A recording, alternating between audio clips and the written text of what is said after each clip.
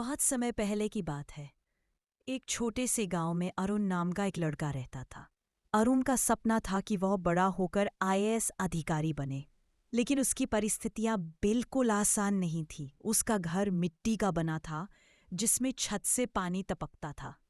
पढ़ाई करने के लिए उसके पास न तो ढंग की किताबें थी और न ही बिजली, जिससे वह रात में आराम से पढ़ सके।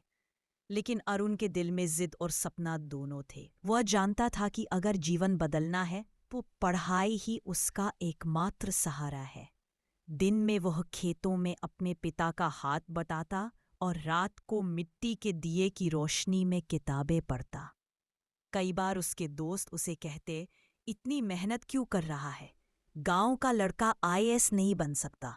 लेकिन अरुण मुस्कुराकर कहता, सपने देखने वालों का मजाक सब उड़ाते हैं, पर सपनों को सच करने वाला ही इतिहास बनाता है। पढ़ाई के दौरान अरुण को कई बार असफलता मिली। पहली बार उसने यूपीएससी का एग्जाम दिया तो वह प्रीलिम्स में ही फेल हो गया। उसके घर वाले भी निराश हो गए।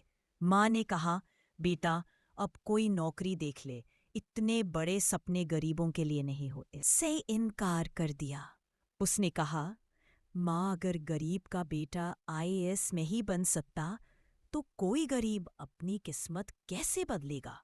वह और ज्यादा मेहनत करने लगा।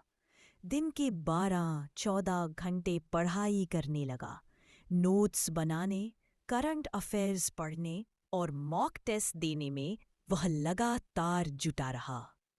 दूसरी बार जब उसने परीक्षा दी तो वह मेन परीक्षा तक पहुंचा, लेकिन इंटरव्यू से पहले ही असफल हो गया।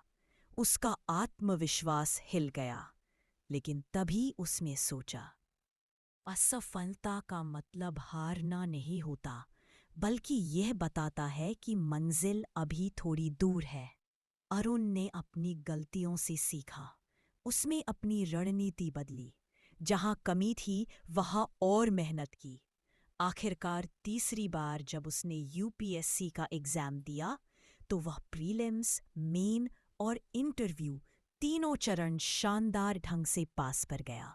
जब रिजल्ट आया और उसका नाम आईएएस के लिए चुना गया तो पूरे गांव में खुशी की लहर दौड़ गई।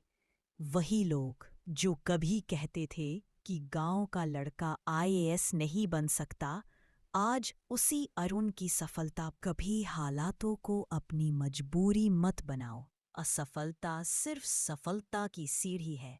बड़े सपनों के लिए बड़ी मेहनत चाहिए, और आईएएस वही बनते हैं जिनकी जिद सबसे मजबूत होती है।